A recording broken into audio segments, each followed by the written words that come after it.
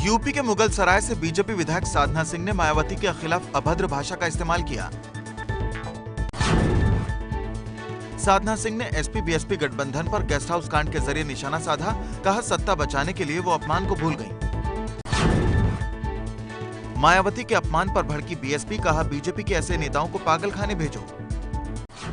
अखिलेश यादव ने साधना सिंह के बयान की निंदा की। कहा, यह बीजेपी की हताशा का प्रतीक, देश की महिलाओं का अपमान।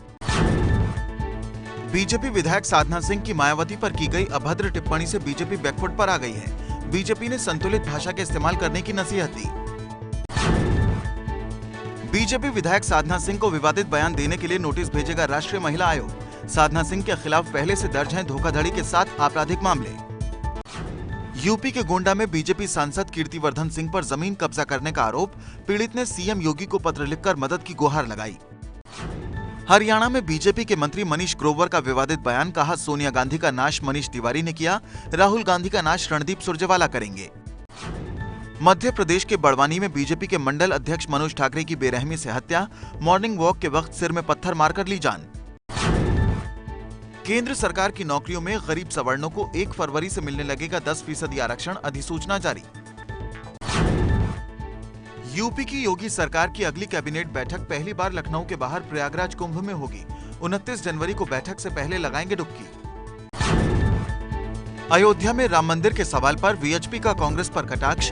कार्यकारी अध्यक्ष बोले, कांग्रेस घोषणा पत्र में राम मंदिर लाए तो समर्थन पर करेंगे विचार। राम मंदिर के निर्माण में देरी से नाराज वीएचपी ने मोदी सरकार पर कसा तंज। कार्यकारी अध्यक्ष आलोक कुमार बोले, राम भक्त 2025 तक इंतजार करने को तैयार हैं। अयोध्या में राम मंदिर निर्माण पर शंकराचार्य स्वामी स्वरूपानंद सरस्वती का बड़ा ऐलान। अगले महीने हजारों भक्तों के साथ अयोध्या जाकर मंदिर के लिए शिलान्यास का ऐलान किया। बीजेपी अध्यक्ष अमित शाह को अस्पताल से मिली छुट्टी। स्वाइन फ्लू होने पर 16 जनवरी को दिल्ली के एम्स में भर्ती हुए थे। कर्नाटक में डीके शिव कुमार का बयान। सरकार बचाने के लिए कुर्सी छोड़ने को भी तैयार हैं सीनियर मंत्री। गुरुग्राम के रिजॉर्ट में जमे बीजेपी विधायक वापस कर्नाटक लौटे। पूर्व सीएम येदियुरप्पा ने कांग्रेस जेडीएस सरकार में अंदरूनी मतभेद होने का दावा किया। दूसरी तरफ कांग्रेस ईगल्टन रिजॉर्ट में अपने नाराज विधायकों को लगातार मनाने का प्रयास कर रही है। कोलकाता के ब्रिगेड परेड ग्राउंड में ममता की महारैली में उमड़ा जनसैलाब। सभी नेताओं ने पीएम मोदी और उनकी सरकार पर बोला हमला। कोलकाता में ममता बनर्जी की महारैली। चुनाव से पहले एक मंच पर जुटे मोदी विरोधी 22 पार्टियों के नेता। कोलकाता में ममता की महारैली में शरद यादव के बयान पर बीजेपी ने चुटकी लेते हुए कहा, थैंक्स। शरद यादव ने गलती से राफेल को बोफोर्स बताया था। महारैली में बीजेपी नेता शत्रुघ्न सिन्हा ने अपनी ही सरकार को उखाड़ फेंकने का ऐलान कर दिया। कहा कि देश परिवर्तन चाहता है और सच बोलना बगावत है तो समझो हम बागी हैं। नेशनल कॉन्फ्रेंस के अध्यक्ष फारूक अब्दुल्ला ने सरकार पर हमला बोलते हुए कहा कि देश में 70 साल बाद फिर से खतरा आ रहा है। लोगों को धर्म के नाम पर बांटा जा रहा है। सिलवासा में पीएम मोदी ने महागठबंधन पर साधा निशाना। कहा, यह गठबंधन मोदी के नहीं बल्कि देश की जनता के खिलाफ है।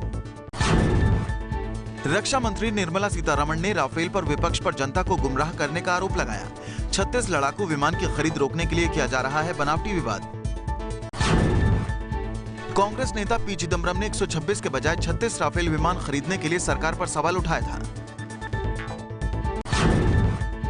लोकपाल बिल पर देरी से नाराज समाजसेवी अन्ना हजारे 30 जनवरी से करेंगे अनशन। केंद्र सरकार के खिलाफ अनशन। गुजरात के पंचमहल से बीजेपी सांसद प्रभात सिंह चौहान ने प्रदूषण के चलते संसद को शिफ्ट करने की मांग की। दिल्ली में प्रदूषण और ट्रैफिक जाम पर सुप्रीम कोर्ट की सख्त टिप्पणी। कहा, दिल्ली में रहना बेहतर नहीं क्योंकि ये गैस चैम्बर की तरह हो गई है। केंद्रीय मंत्री नितिन गडकरी का दावा, साल 2020 तक पूरी हो जाएगी गंगा की सफाई। गडकरी ने कहा, इस साल मार्च तक 30 से 40% सफाई पूरी कर ली जाएगी। अरुणाचल के विजयनगर में 11 गांवों के बाशिंदों की मदद से वायुसेना ने बंद पड़ी हवाई पट्टी को शुरू किया। म्यांमार सीमा से सटा है ये एडवांस लैंडिंग ग्राउंड। दिल्ली के साकेत इलाके में मशहूर अभिनेत्री फरहीन प्रभाकर के साथ लूटपाट। क्रिकेटर मनोज प्रभाकर की पत्नी है फरहीन। बताया जा रहा है कि फरमीन ठक गैंग की शिकार हुई। 4 लोगों ने जबरन गाड़ी रोककर सिर पर हमला किया और कीमती मोबाइल फोन, 40,000 का पर्स और 15,000 कैश ले उड़े। दिल्ली की स्पेशल सेल में तैनात हेड कांस्टेबल राजपाल कसाना की मौत, तस्करों ने मारी थी कार से टक्कर। 14 जनवरी को राजपाल कसाना अपने साथी कांस्टेबल के साथ तस्करों का पीछा कर रहे थे। तस्करों ने कार से टक्कर मारी, एम्स में इलाज के दौरान मौत। दिल्ली के मैदान गढ़ी में दिन दहाड़े यूनियन बैंक का एटीएम चोरी, बैंक को 3 दिन बाद चोरी की खबर मिली। यूपी के प्रयागराज में हाईकोर्ट की परीक्षा देने जा रहे छात्रों ने स्टेशन पर ट्रेन रोककर हंगामा किया, गोमती एक्सप्रेस में जगह नहीं मिलने से नाराज थे। पंजाब के रोपड़ में सेना में भर्ती के लिए ठगी करने वाले गैंग का भंडाफोड़, 5 आरोपियों को 8 लाख रुपए के साथ गिरफ्तार किया गया। बिहार के कटिहार में 100 रुपए की मजदूरी की खातिर मजदूर की बंधक बनाकर जमकर हुई पिटाई, मजदूर का सिर फोड़ा। कोलकाता के गरियाहाट में भीषण आग से दर्जनों दुकानें जलकर हुई खाक, आग लगने की वजह साफ नहीं। मुंबई में पीएम मोदी से मिले कॉमेडियन कपिल शर्मा, बोले पीएम के पास भी गजब का सेंस ऑफ ह्यूमर, पीएम ने कपिल को कहा थैंक यू। मुंबई में 42 किलोमीटर फुल मैराथन के लिए सड़कों पर एक साथ दौड़े 46,000 धावक, फिल्मी सितारे, उद्योगपति और नेताओं ने भी लगाई रेस।